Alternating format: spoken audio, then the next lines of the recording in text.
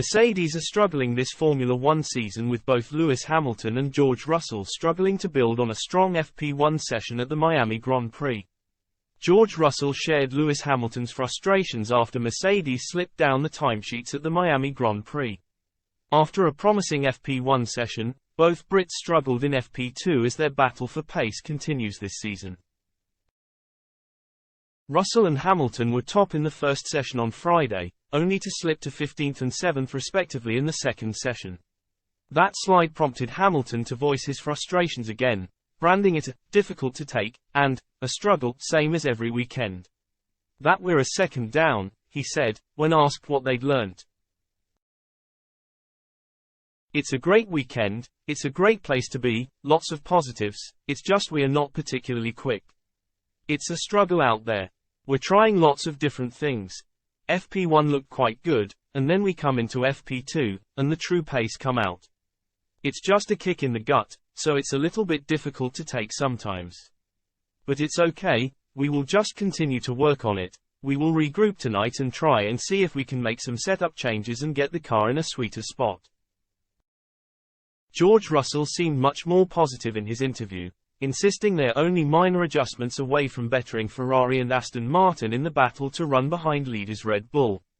However, when Hamilton's frustration was put to him, he conceded he found it difficult to disagree. I mean, this is a team of winners, Russell replied when asked if he felt the same as Hamilton. Everybody here wants to win, and anything less is, of course, frustrating.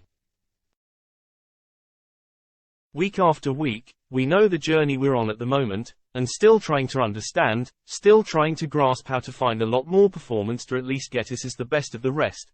When we have sessions when we're not in that position, of course it's frustrating, we always want more, but that's the same for 19 out of 20 drivers on the grid. There's only one person happy on a Saturday and one person happy on a Sunday, and that's the one who finishes first. Discussing his own Friday exploits, he said, "It was a similar thing last year, where we were quickest on Friday then knocked out in Q2 on Saturday and the car just changed a little bit. Even from the medium run in FP2, I felt strong, I was on a lap that was a good couple of tenths up, which would have put me inside the top 4, and then we put the soft tyres on and the car just wasn't working for me.